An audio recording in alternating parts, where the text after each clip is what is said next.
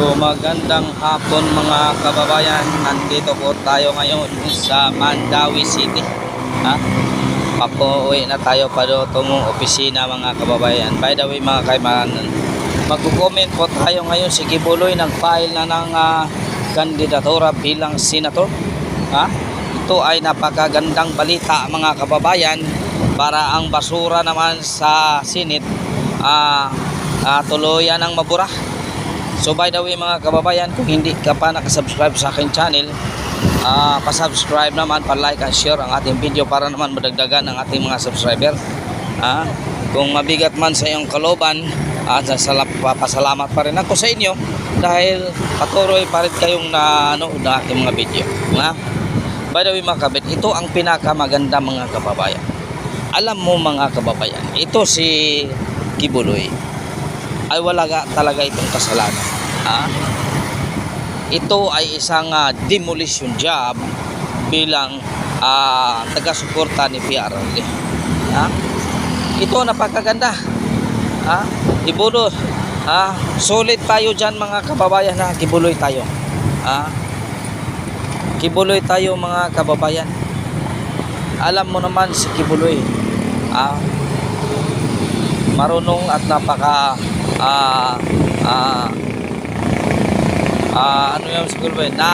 yan si Kibuloy mga kabayan. Akalain mo ilan na ang tao dyan sa kanyang kingdom na tinulungan niya pinaaral kahit anong klaseng reliyon nandyan. Hindi nyo lang alam kasi nandito tayo sa labas, pero totoosin, tingnan mo yung rally nila. May lumalabas. Anong sabi niya? Iglesia ako, pero ang anak ko pinapaaral ni Kibuloy. Ngayon, kung wala na si Kibuloy, kayo ba ang magpapaaral sa anak ko? Yun ang totoo mga kababayan. Walang pinipili si Kibuloy mga kabayan sa kanyang tulong. So dapat lang natin suportahan siya kasi malaki ang naitulong niya sa ating komunidad. Bilang paggawa ng batas, sasabihin natin niya, ano naman, Pastor si Kibuloy, bakit mga kababayan si Kibuloy ay napakatalino. Hindi niya magagawa ang kanyang kingdom at saka yung prayer mountain kung walang guidance ng Panginoon mga kababayan. Hindi yan magagawa niya. Kalain mo 7 million ang kanyang member, hindi lang dito sa Pilipinas, sa buong mundo yan ang kanyang mga member. Ina-underestimate natin, na sabihin natin 7 million, hindi totoo yan. Totoo yan mga kabayan, lahat na yan 7 million sa buong mundo. Buong mundo yan ang kanyang mga followers sa Kingdom of Jesus Christ. Kaya tulungan natin siya mga kababayan. Tulungan natin siya. Si Willie Revillame, tulungan din natin siya. Titingnan natin kung sino tao ang dapat nating isulit ngayong eleksyon na to mga kababayan. Kapag hindi natin masulit, ibig sabihin mga kababayan, gusto pa rin natin ng basura sa Senate. Gusto pa rin natin ng basura sa Congress. Isulit natin suporta sa mga DDS mga kababayan.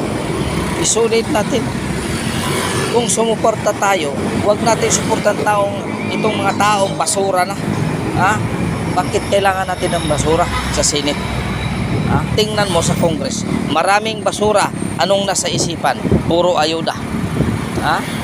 Puro ayuda ang nasa isipan. May agya pa. Yan ba ang ating ihalal? Sinusuka namang ganin yan sa litik. Kaya mga kababayan,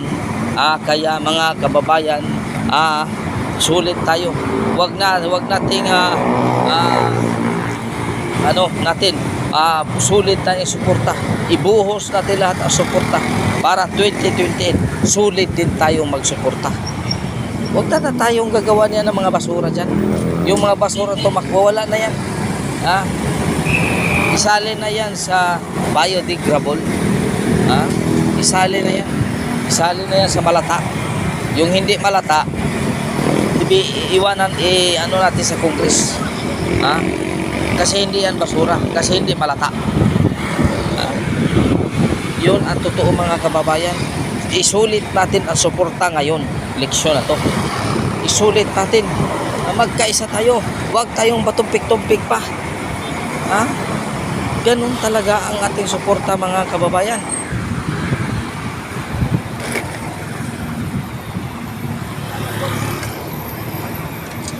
Isulit natin ang suporta mga kababayan. Huwag tayong ipagkait kung anuman. Ha? Bakit? Kung isulit natin ang suporta. Ha? May mawawala ba sa atin? Wala naman, di ba?